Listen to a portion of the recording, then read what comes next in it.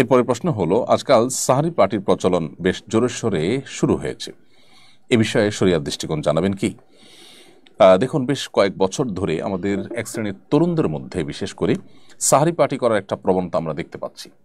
তারা ভোর রাতে বিভিন্ন রেস্টুরেন্টে একত্র হন এবং সেখানেও নারী পুরুষ এবং ছেলেমেয়েরা তারা একত্র হয়ে বসে খাবার দাবার গ্রহণ করেন।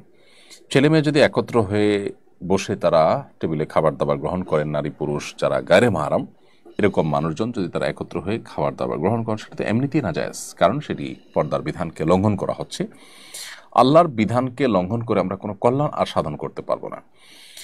এই জন্য এই হারাম কাজ থেকে আমাদেরকে বেঁচে থাকতে হবে। আল্লাহর ভয় যদি আমরা মুসলিম হয়ে থাকি, আল্লাহর সামনে দাঁড়াতে হবে, সেই জবাবদিহিতার বোধ থেকে আমাদেরকে অবশ্যই গুনাহ ছাড়তে হবে।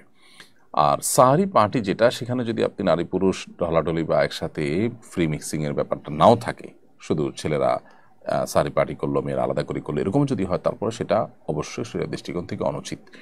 কারণ হলো, সাহারির এই সময়টা, ভোর রাতের এই সময়টা আসলে দোয়া কবুলের সময়। এই সময়টা আসলে আড্ডা মারা, ফুর্তি করা, এটার জন্য উপযুক্ত কোনো সময় নয়। যদি কোনো কারণে বন্ধুবান্ধব একত্র হয়েছে, সাহারি করেছে, সেটাকে আপনি সাহারি পার্টি নাম দিলেন, সেটা ভিন্ন বিষয়। কিন্তু ইন্টেনশনালি এই টাইমে বাসাবাড়ি থেকে বের হয়ে রেস্টুরেন্টে যে আনন্দ ফুর্তি এবং আড্ডাবাজি করা, সেটা অবশ্যই এই সময়ের যে মর্যাদা, এই সময়ের যে তাৎপর্য, তার সাথে যায় না। ভোর রাতে আল্লাহ রাব্বুল আলামিন বান্দাকে ডেকে ডেকে তার গুনাহগুলো মাফ করান, তার প্রতি অনুগ্রহ করেন, তাকে বিভিন্ন তার চাওয়াগুলোকে পূরণ করে থাকেন। বিধায় এই সময়টা ইবাদতের সময়, দোয়ার সময়, এই সময়টা আসলে আড্ডা মারার সময় নয়।